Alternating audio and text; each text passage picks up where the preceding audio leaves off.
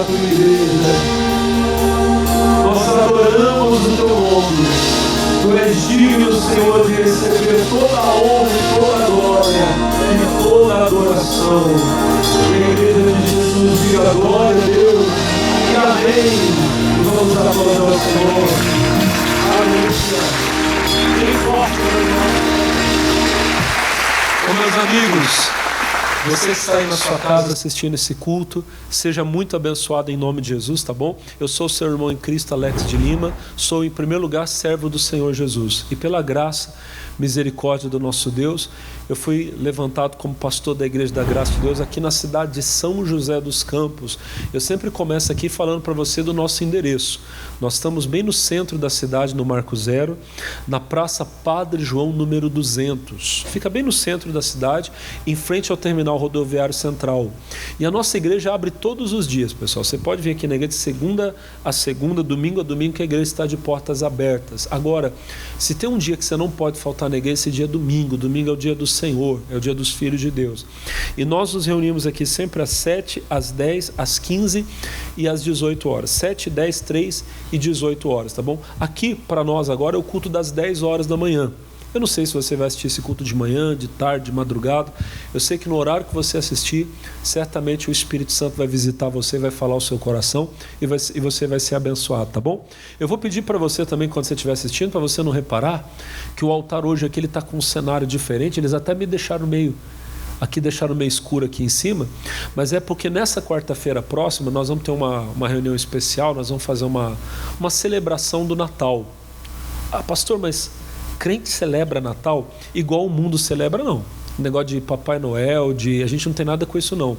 Mas quando o Filho de Deus nasceu, quando Jesus Cristo nasceu, o nascimento dele foi celebrado, a Bíblia diz que os anjos de Deus desceram na terra. Havia alguns pastores que estavam dormindo lá no campo, e os anjos de Deus vieram anunciando com festa, com alegria. Eram exércitos e exércitos dos anjos do céu anunciando que o Filho de Deus havia nascido. Se eles celebraram, nós podemos celebrar, tá bom? Então a gente está deixando aqui o altar caracterizado para a festa que nós vamos fazer. Tem até um trem ali do lado ali, ó. Deixaram um trem ali, vocês aqui não vão conseguir ver, mas acho que o Júnior vai mostrar que vai ter uma apresentação, e deixaram um trem ali. Esses dias, irmãos, nós estamos fazendo aqui um estudo do livro de Neemias. Quando eu comecei esse propósito, faltavam 52 dias para terminar o ano.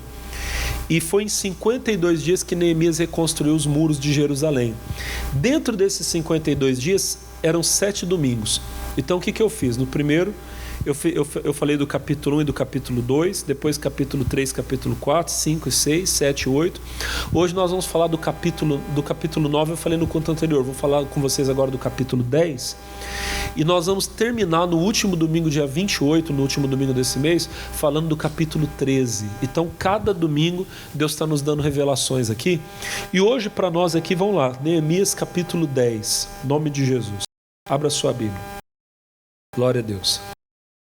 Neemias, capítulo de número 10. Bendito seja o nome do nosso Deus. Quem achou, diga glória a Deus. Se você tiver, irmão, alguma dificuldade com a Bíblia, você acompanha aqui pelos monitores, aqui o pessoal da igreja, tá bom? Acharam? O começo do capítulo 10, ele vai ter uma lista de pessoas que assinaram um documento de um compromisso que eles estavam fazendo com Deus. O versículo 1 vai dizer assim, ó: e os que selaram foram Neemias, o Tissarta, que era o governador, filho de Acalias, e Zedequias.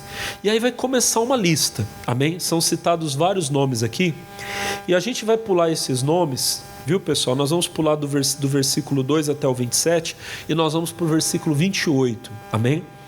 Do versículo 2 até o versículo 27 são o nome dos homens que assinaram esse documento. Aí no versículo 28 diz assim, ó: e o resto do povo, os sacerdotes, os levitas, os porteiros, os cantores, os netineus e todos os que se tinham separado dos povos, das terras, para a lei de Deus, suas mulheres, seus filhos e suas filhas, todos os sábios e todos os que tinham capacidade para entender 29. Firmemente aderiram a seus irmãos, os mais nobres dentre eles, e convieram num anátema e num juramento de que andariam na lei de Deus, que foi dada pelo ministério de Moisés, servo de Deus, e de que guardariam e cumpririam todos os mandamentos do Senhor nosso Deus, e os seus juízos e os seus estatutos. Para um pouquinho e olha para mim. O que está acontecendo aqui, já expliquei para a igreja, é que Neemias ele não foi usado por Deus apenas para reconstruir os muros de Jerusalém. Até falei no culto anterior. Reconstruir os muros foi um trabalho relativamente rápido. Eu tenho falado várias e várias vezes. Foram 52 dias. Para levantar o muro que estava caído foram 52 dias. Mas para reconstruir a vida daquele povo, irmão, aí foram anos. Amém? Aquele povo tinha perdido a identidade, irmãos. Eles não sabiam mais buscar a Deus. Não sabiam mais servir a Deus. Então eles tiveram que reaprender a cultuar, a adorar a Deus. Até estava falando no culto anterior, lá no capítulo 8, depois de muito tempo eles foram fazer um culto. A Bíblia diz que o povo se reuniu de manhãzinha. Quem ministrou o culto foi Esdras, que era o sacerdote, e o escriba. Era ele que era o entendedor da palavra de Deus. E quando a gente vê o capítulo 8, irmãos, o culto deles era um culto muito parecido com o nosso. Eles se reuniram de manhãzinha, 6 horas da manhã, estava todo mundo lá, a multidão reunida, amém? A Bíblia diz que eles se puseram em pé. A mesma coisa, quando começa aqui o culto, vem aqui um ministro de louvor para abrir a reunião, vocês veem ele chegar, ele dá bom dia, todo mundo fica de pé, não é assim? Eles começaram a orar, louvar a Deus, depois houve o ensinamento da palavra. O culto deles foi como o nosso, e eles foram reaprendendo a lei de Deus, amém? Irmão, tem gente que não sabe cultuar, tem que aprender a cultuar.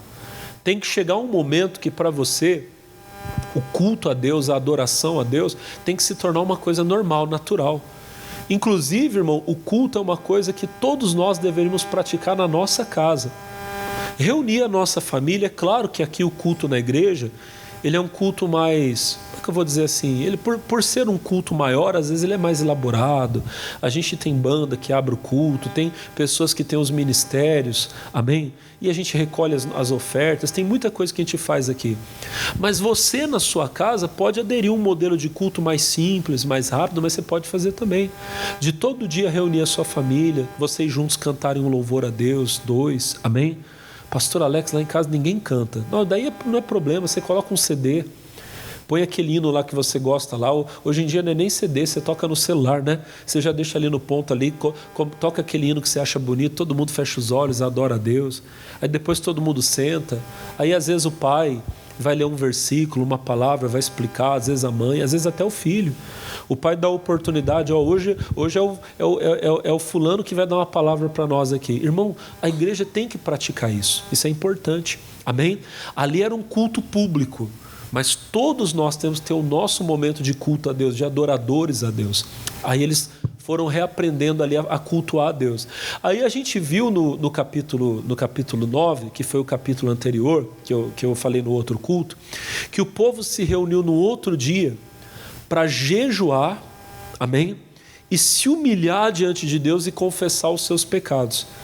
Eu estava explicando para os irmãos que nós temos que aprender também a jejuar.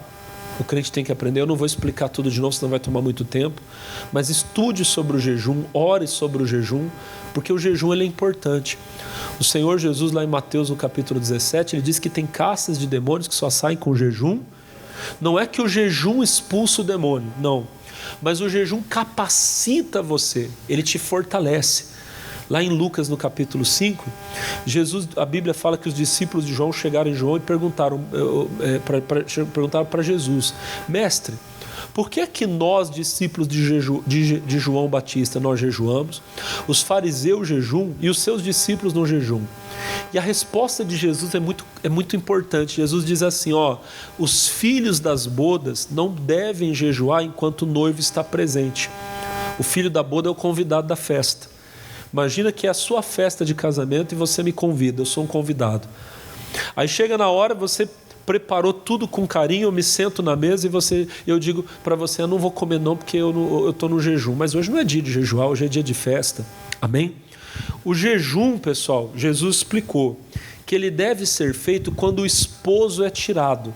Só que isso tem um significado espiritual. O esposo é Jesus. Às vezes você sente que o esposo está sendo tirado. Como assim? Você não está mais sentindo aquela presença de Deus, aquela alegria. Tem gente que não está tendo vontade mais de orar, que não está tendo vontade de vir para a igreja. Às vezes todo culto que você vem na igreja você fica com sono e dorme. Todo culto. Sabe o que significa? Que a sua carne está muito forte, ela está prevalecendo.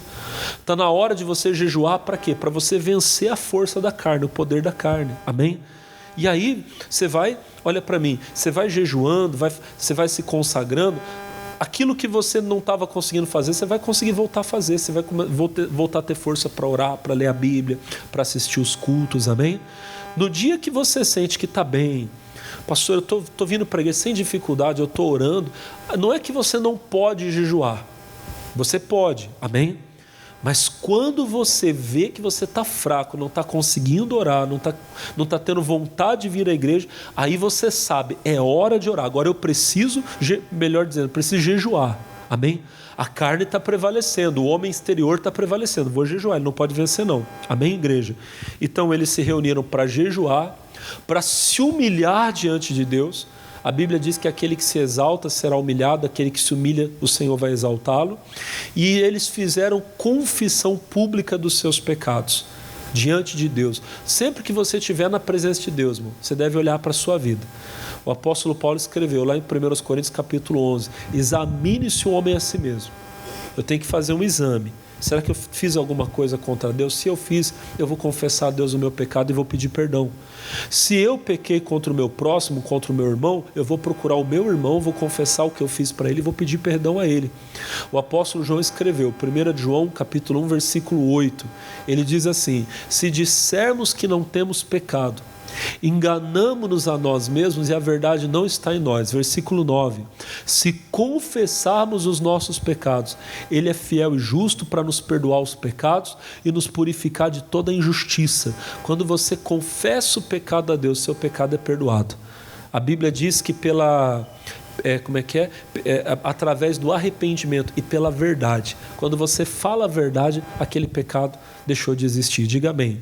Agora, você precisa confessar e precisa se arrepender. O principal sinal do arrependimento não é quando você chora, é quando você muda. É quando você diz, eu não quero mais isso. Às vezes a pessoa, irmão, ela está toda hora olhando para você e falando assim, eu errei.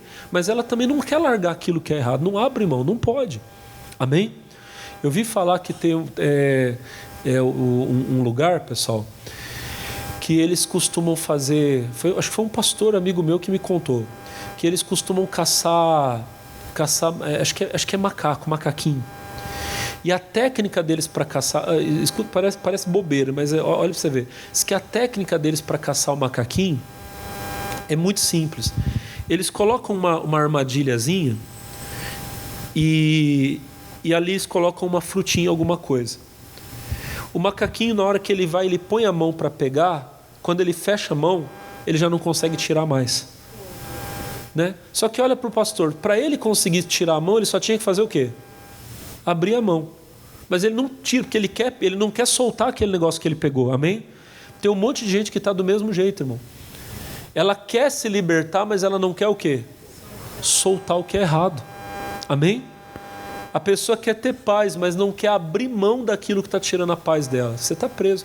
Eu ouvi essa história também uma vez, não sei quem foi que contou para mim, disse que foi um menino que entrou numa igreja e acho que era o padre que colocava lá era como se fosse uma garrafa bem grande assim, da ponta assim, era bem fina assim em cima, e o pessoal ia lá e colocava as moedas. Diz que o menino entrou e colocou a mão para pegar a moeda e na hora de tirar não tirava.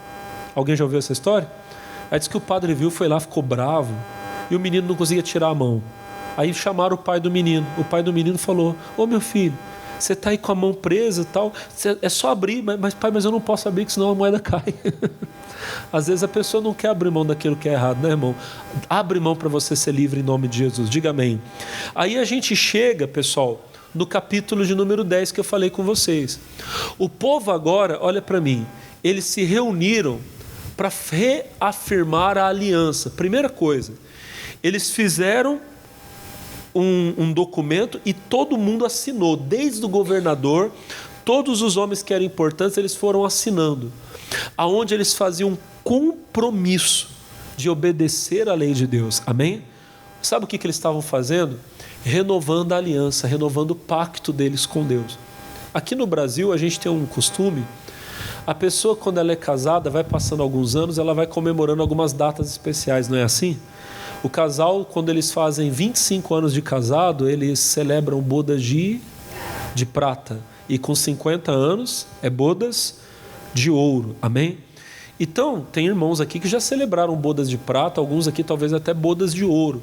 E tem gente que quando faz bodas de prata, ela até faz uma outra cerimônia, né?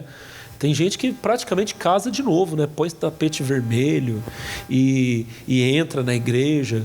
E não tem problema não, irmão. Se alguém quiser fazer, é muito bonito. Um dia, se Deus permitiu, se Deus me der condições um dia permitir, eu quero um dia fazer isso, que eu acho muito bonito. Amém? O que aquele casal está fazendo? Eles estão reafirmando a aliança que eles têm um para com o outro, de se amar, respeitar, cuidar um do outro. Não só nos momentos bons, nos momentos difíceis, é na alegria, mas na tristeza também. Não é que a gente vá aceitar a tristeza, mas quando a tristeza vier, nós vamos vencer juntos. Quem está entendendo, diga a glória a Deus. Na saúde e na doença. Não é que a gente vai aceitar a doença, mas se a doença vier, vai ter mais um aqui. São dois lutando contra ela, repreendendo, orando em nome de Jesus. Diga amém. Assim como o casal de vez em quando se reúne para reafirmar o pacto, a aliança, o compromisso que um tem para com o outro, você sempre deve, irmão, nas suas orações, lembrar da aliança que você tem com Deus. Amém? Às vezes você está esquecendo, irmão. Tem um texto na Bíblia que todo mundo aqui conhece, é lindo, Apocalipse capítulo 2, versículo de número 3. O Senhor Jesus está falando com a igreja de Éfeso. Volta um pouquinho no versículo 2, ó. Diz assim, ó, 2, coloca para mim, por favor, no comecinho, ó. Eu sei as tuas obras, o teu trabalho, a tua paciência, que não pode sofrer os maus.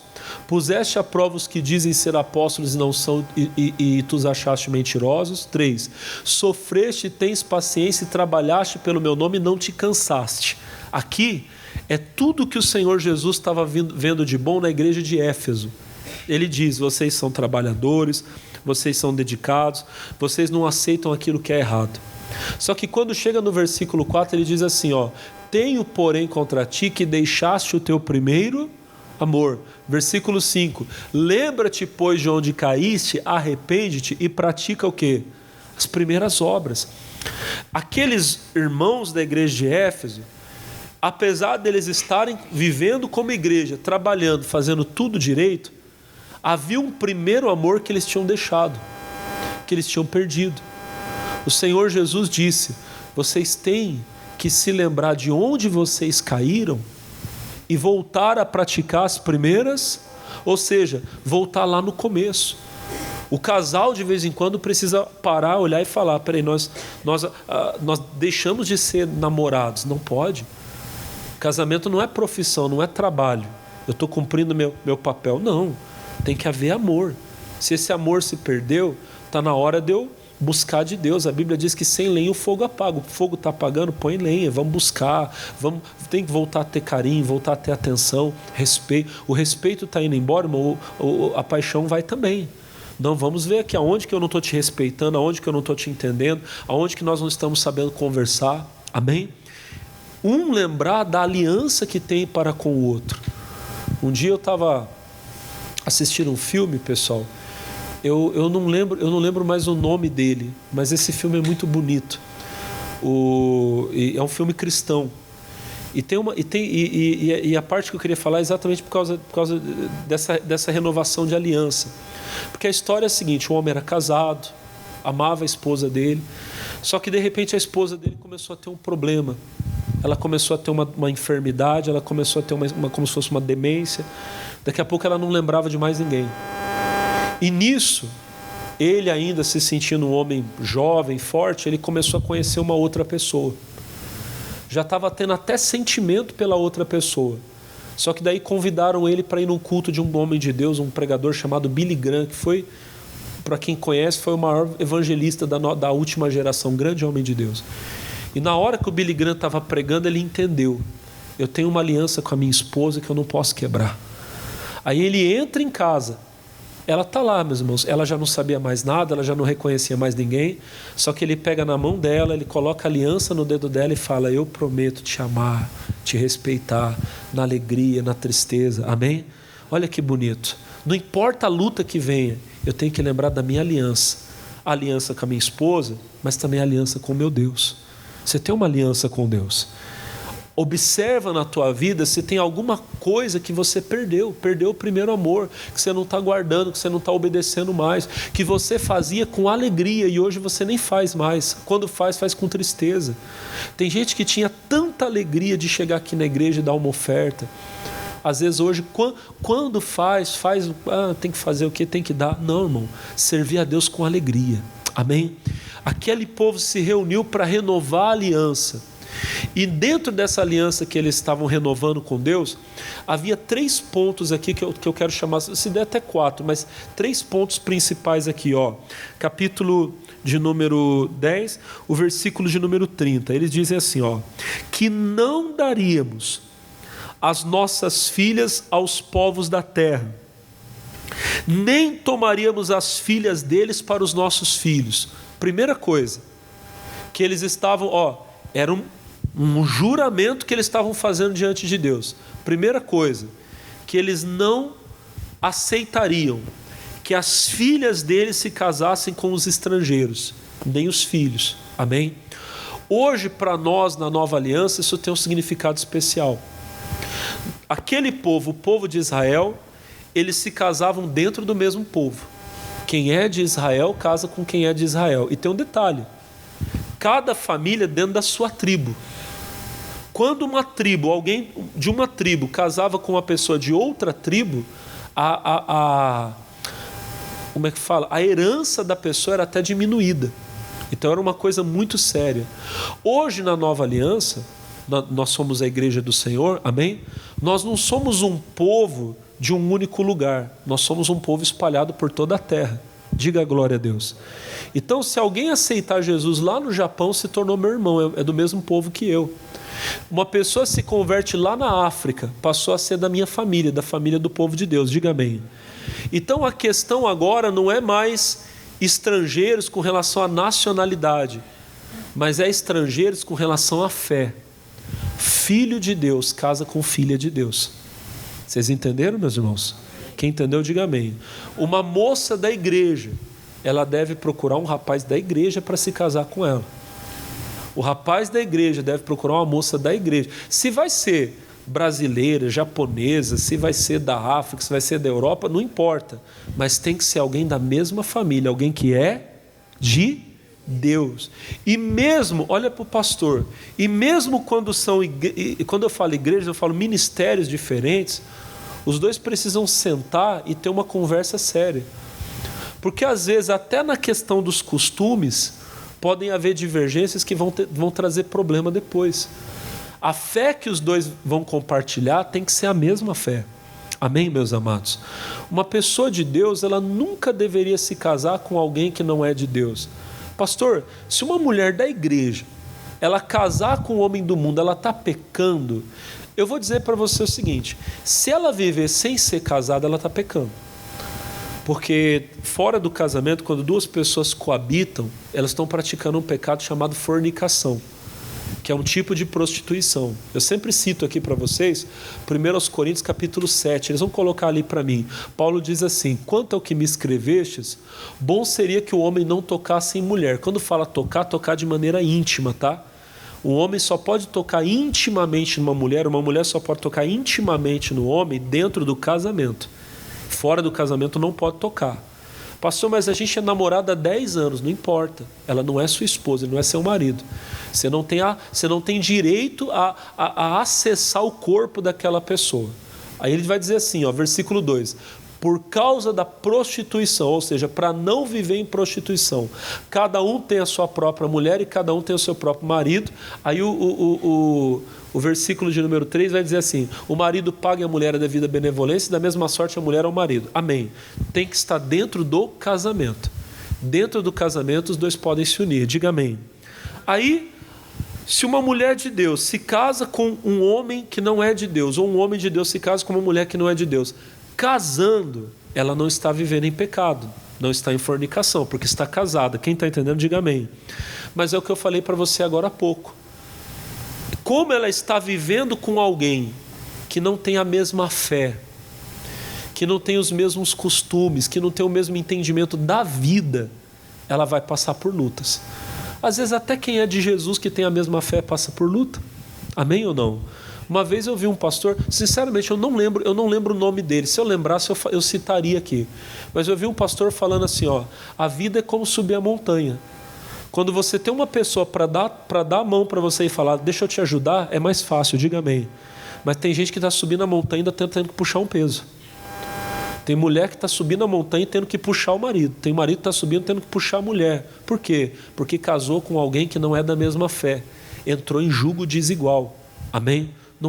Não faça isso, tá? Os jovens daqui da igreja que são solteiros, quem está em casa assistindo o culto agora, se você é de Cristo e você é solteiro ou viúvo, porque o viúvo também pode, tá?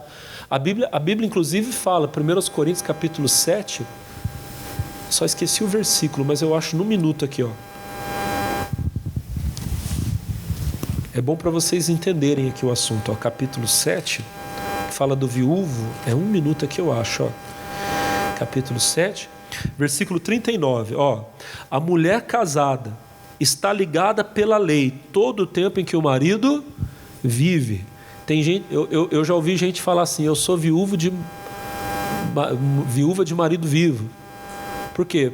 Porque o marido está vivo, não foi embora, mas eu não posso casar porque ele está vivo. Não é para orar para ele morrer não, senão você é suicida não, homicida, tá? Eu acho, olha para mim, sinceramente, eu acho que o homem que é casado e está torcendo para a mulher morrer, se ela morrer, acho que ele não pode casar de novo não. Porque dentro do coração dele ele matou a mulher. Que maldade, né, pessoal? Tem mulher que está torcendo. Bem que eu podia ficar viúva para eu poder casar de novo. Tem uns que já até planeja a pessoa, sabia? Vocês já viram isso? A mulher está lá. Ai, no dia que o Tião morreu, eu caso com o Zé. Diga, Deus me livre, né, irmão? Passa a mão na testa e diga, sai. Joga tudo para os... Eu ia falar para vocês jogar para os obreiros, mas joga para a rua. Que seu... Deus me livre, está amarrado. Mas vamos ler aqui, ó. A mulher casada está ligada pela lei todo o tempo que o marido vive. Se falecer o marido, fica livre para casar com quem? Com quem quiser. Agora tem uma cláusula aqui: contanto que seja nu. Então, irmão, pode casar com quem quiser? Pode. Irmão, casamento não é Deus que escolhe, não, é você que escolhe, tá? Se você escolheu errado, não joga a culpa em Deus, não. A Bíblia diz, casar com quem quiser. Mas Deus está dizendo, contanto que seja no Senhor. Casou e não foi no Senhor, depois não culpe a Deus. Agora, uma coisa, olha para mim. E quem já veio casado do mundo? Pastor, eu nem sabia, pastor, nem entendia nada da vida. E eu casei lá no mundão. Olha para o pastor Alex. Você casou lá no mundo, para você ter uma promessa. Crê no Senhor Jesus, será salvo tu e tua casa. Essa promessa não vale para o crente solteiro que casa errado, tá? Amém? Crê no Senhor Jesus, será salvo tu e tua casa. É para quem está vindo para Cristo. Você está vindo e Jesus vai trazer a sua família. Agora, você já sendo de Cristo, você faz coisa errada, depois Deus não tem culpa no erro que você cometeu. Amém? Aí você luta aí, pede ajuda para Deus. Vamos voltar lá. Capítulo 10, versículo de número 31. Vamos lá, mas continuando. E que de Neemias 10, tá, pessoal? 31. E de que trazendo os povos da terra no dia de sábado algumas fazendas e qualquer grão para venderem, nada tomaríamos deles no sábado, nem no dia santificado, e livre deixaremos o ano 7º e toda e qualquer cobrança. Aí tinha a primeira coisa do casamento. A segunda coisa é com relação ao sábado. O sábado é uma coisa que muita gente tem dúvida. Pastor, e aí, como é que é? O cristão, na nova aliança, ele tem que guardar o sábado? Preste atenção. Na nova aliança, nós temos um sábado que é Jesus. Jesus diz assim: vinde a mim todos que estão cansados, sobrecarregados, e eu vos alivio. Qual é o nosso... A palavra sábado significa descanso, para quem não sabe. Qual é o nosso descanso na nova aliança? É Jesus. Diga amém. Agora, na nova aliança, o crente precisa guardar o sétimo dia. Bom, entenda bem. O sétimo dia ficou como uma lei para a nação de Israel. Dentro da lei. Você não vê nenhum dos patriarcas guardando o sábado. Você não vai ver uma menção na Bíblia de Abraão guardando o sábado, Isaac, Jacó guardando o sábado. Antes da lei ninguém guardou o sábado. Pastor, a Bíblia diz que Deus descansou. Mas quando a Bíblia fala que Deus descansou, não é que Deus deitou numa cama e foi dormir no sétimo dia, irmão. A Bíblia fala que Deus descansou da obra que Ele fez como Criador. Em Gênesis 2, olha só, Gênesis 2, versículo 1, põe lá para mim.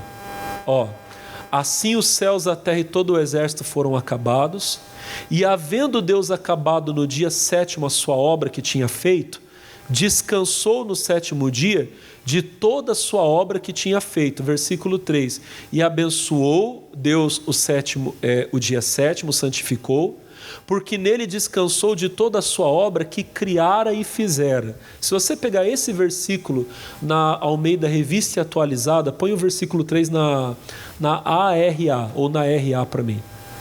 Tá? Porque nele descansou de toda a obra que como Criador fizera. Olhem para mim, Deus não cessou de trabalhar, Deus cessou de criar. Quem está entendendo, diga amém.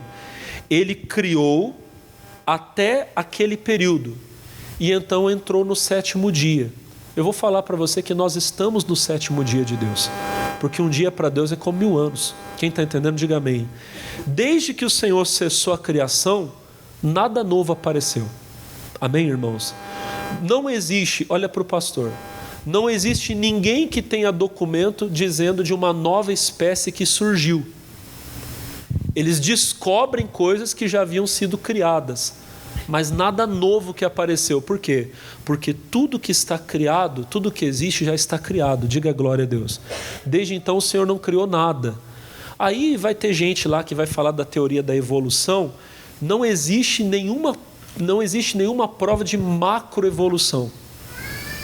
Um cachorro, olha para o pastor Alex, um cachorro sempre vai gerar um outro cachorro. Alguma vez você viu um cachorro gerar um gato? Um gato sempre vai gerar outro gato, amém? O cachorro pode ser maior, menor, mas sempre será o quê? Um cachorro. Quem está entendendo, diga amém.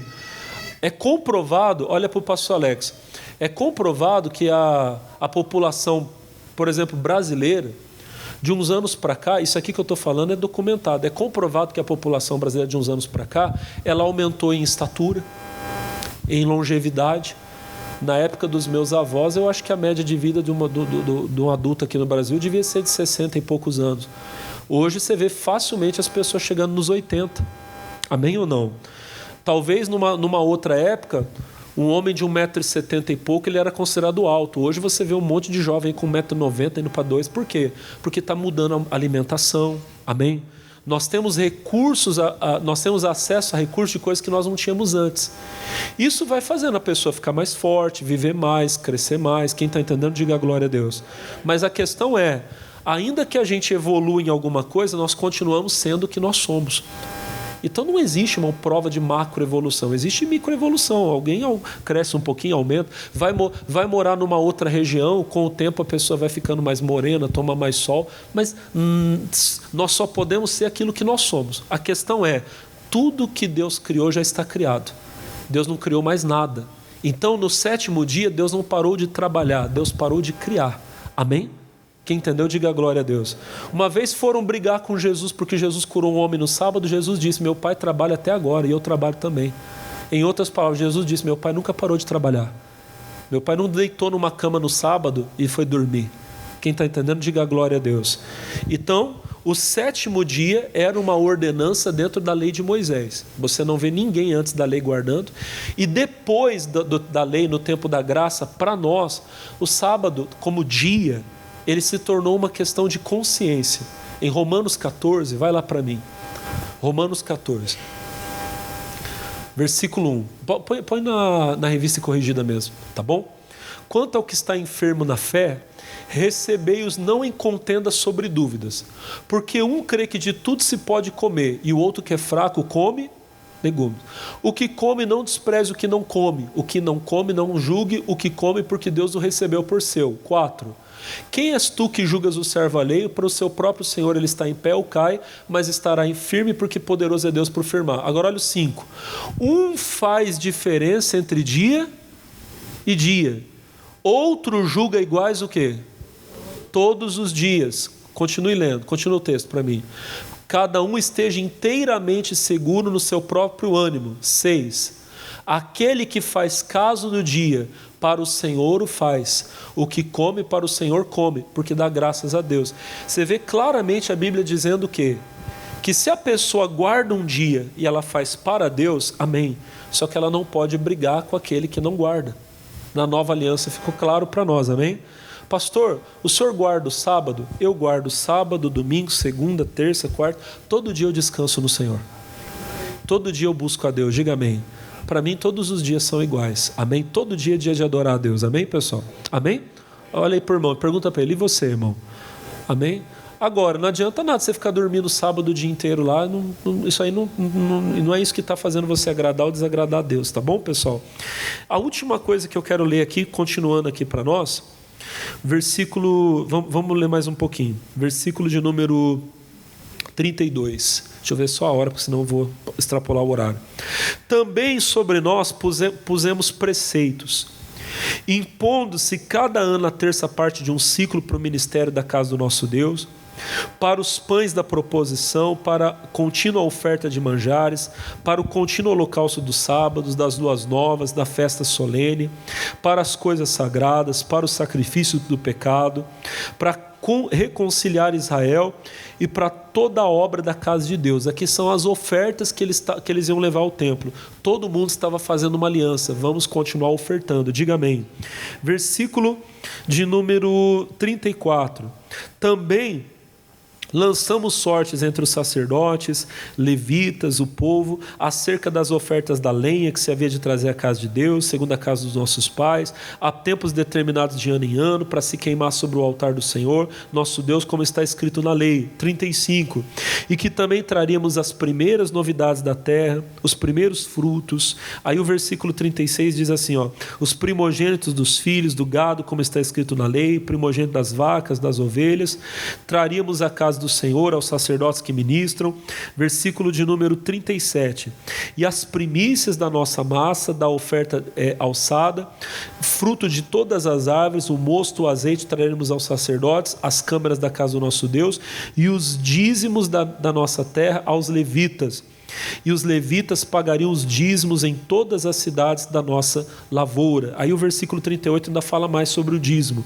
E que os sacerdotes, filhos de Arão, estariam com os levitas, quando os levitas recebessem os dízimos. E os levitas trariam os dízimos dos dízimos à casa do nosso Deus, as câmaras da casa do tesouro. Além deles fazerem aliança de que eles levariam as ofertas, eles também fizeram todos um voto com Deus de que seriam o quê?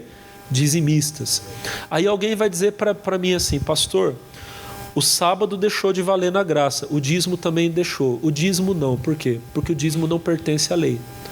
O dízimo, diferente do sábado, ele é anterior à lei. Você vê a Bíblia falando, por exemplo, de Abraão entregando dízimos, de Jacó fazendo voto de ser dizimista. Quem está entendendo, diga glória a Deus. E depois da lei, você vê a Bíblia falando, lá em Hebreus, que se levavam dízimos. Quem está entendendo, diga glória a Deus. O Senhor Jesus, em Mateus 23, ele fala que o dízimo é uma obrigação. Fala, pastor, fala. Mateus 23, 23. Ai de vós, escribas e fariseus hipócritas, pois dais o dízimo da hortelã, do entro, do gominho, e desprezais o mais importante da lei, o juízo, a misericórdia e a fé. O dízimo é a coisa mais importante? Não. A mais importante é o juízo, a misericórdia e a fé. Mas olha o que Jesus vai falar agora. Deveis, porém, fazer essas coisas e não omitir. Ou seja, vocês devem fazer essas coisas que vocês fazem. Vocês devem entregar o dízimo. Jesus está dizendo, vocês devem entregar o dízimo. O dízimo é um dever, diga amém. Mas não adianta entregar o dízimo se vocês omitem aquelas outras coisas. O juízo, a misericórdia e a fé. Uma coisa não anula a outra. Jesus está dizendo, o dízimo é um dever, mas o juízo, a misericórdia e a fé também são. Quem está entendendo, diga glória a Deus. Tudo isso aqui, irmão, era o povo reaprendendo a servir a Deus. Eles passaram 70 anos no exílio. Eles não sabiam mais cultuar, não sabiam mais entregar dízimo, não sabiam mais fazer nada. Neemias estava tendo que ensinar o povo a fazer tudo. Se você desaprendeu a servir a Deus, ore a Deus hoje e fala, Senhor, eu quero voltar ao primeiro amor. Eu quero reaprender a servir ao Senhor, te agradar. Quem entendeu, diga amém. Cadê aquele glória a Deus agora? Toda a igreja louvando, toda a igreja adorando. Pai, queremos voltar ao primeiro amor, ao início de tudo, te adorar na beleza da santidade. Oh, aleluia, aleluia. Glória, glória, glória a Deus. Cadê aquele glória a Deus? Cadê aquele glória a Deus? Oh,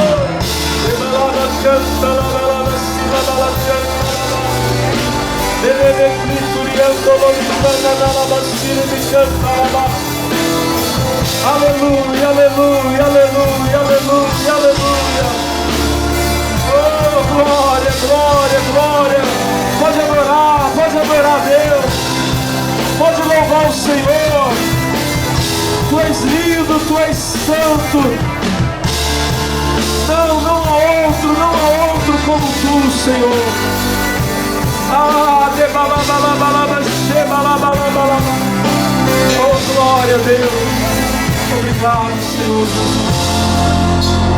O Senhor disse à igreja de Éfeso: eu tenho contra ti que deixaste o teu primeiro amor. Lembra-te, pois, de onde caíste, arrepende-te e pratica as primeiras obras. Aleluias. Quero voltar ao início de tudo, encontrar-me contigo, Senhor. Quero rever meus conceitos, valores. Eu quero reconstruir. Vou regressar ao caminho. Vou regressar ao caminho. Vou ver as primeiras obras, Senhor. Eu me arrependo, Senhor, cantem. Eu me arrependo, Senhor. Me arrependo, Senhor. Me arrependo, Senhor. Aleluia. Eu quero voltar ao primeiro amor, ao primeiro amor. Eu quero voltar a Deus. Eu quero voltar, eu quero voltar ao primeiro amor, ao primeiro amor. Eu quero voltar. Oh, aleluia, aleluia. Espírito verdade. Te adoramos, te adoramos. Oh glória, te adoramos. Em espírito, em espírito. Aleluia. Em verdade. Te adoramos, ó Rei, te adoramos. Te adoramos, porque Tu és o nosso Rei, Rei dos Reis e Senhor. Te entregamos nosso viver, Rei dos Reis e Senhor. Te entregamos nosso viver pra te adorar, ó Rei dos Reis. Aleluia! Foi Teu nascido, ó Rei Jesus. Meu prazer é te louvar, meu prazer é estar nos atos do Senhor. Meu prazer é viver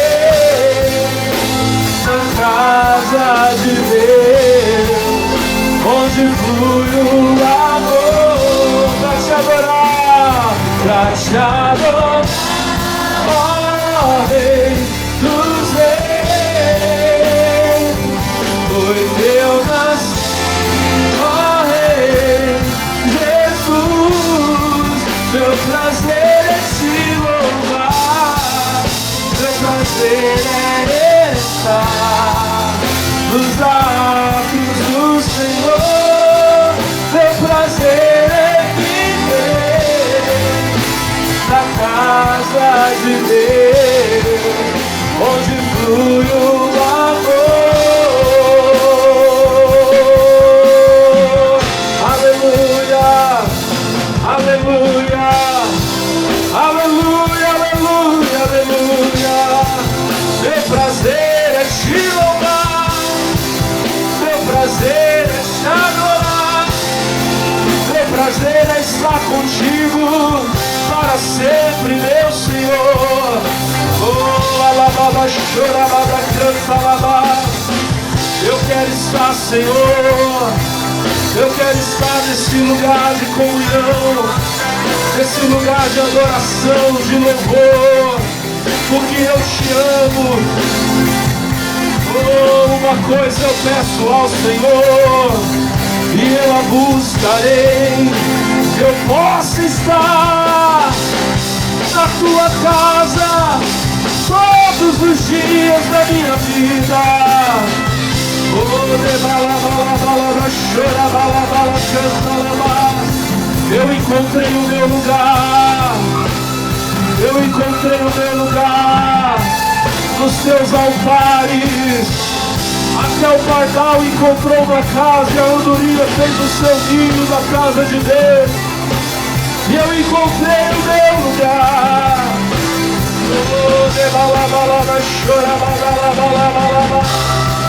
Eu sou a Tua casa, Tua morada, meu Senhor.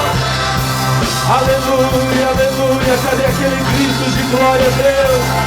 Cadê aquele brado de louvor? Oh,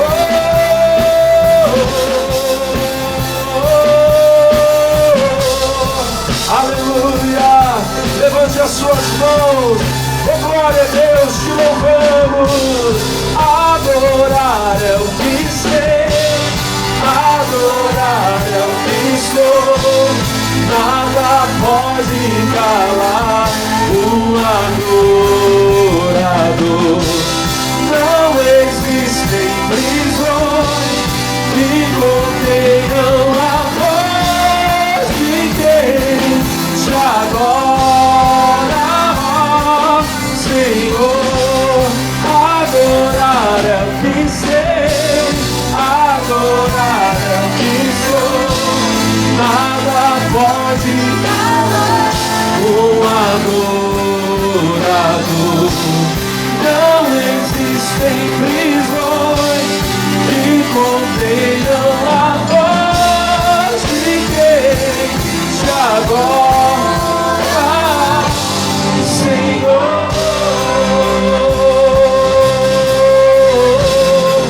Diga glória a Deus. Diga eu te amo, Senhor. Diga para Ele: eu sou teu adorador para sempre. E a igreja diga amém. E vamos aplaudir ao Rei dos Reis, ao Rei Jesus. Obrigado, meu Senhor. A tua igreja te ama, te adora. Glória a Deus.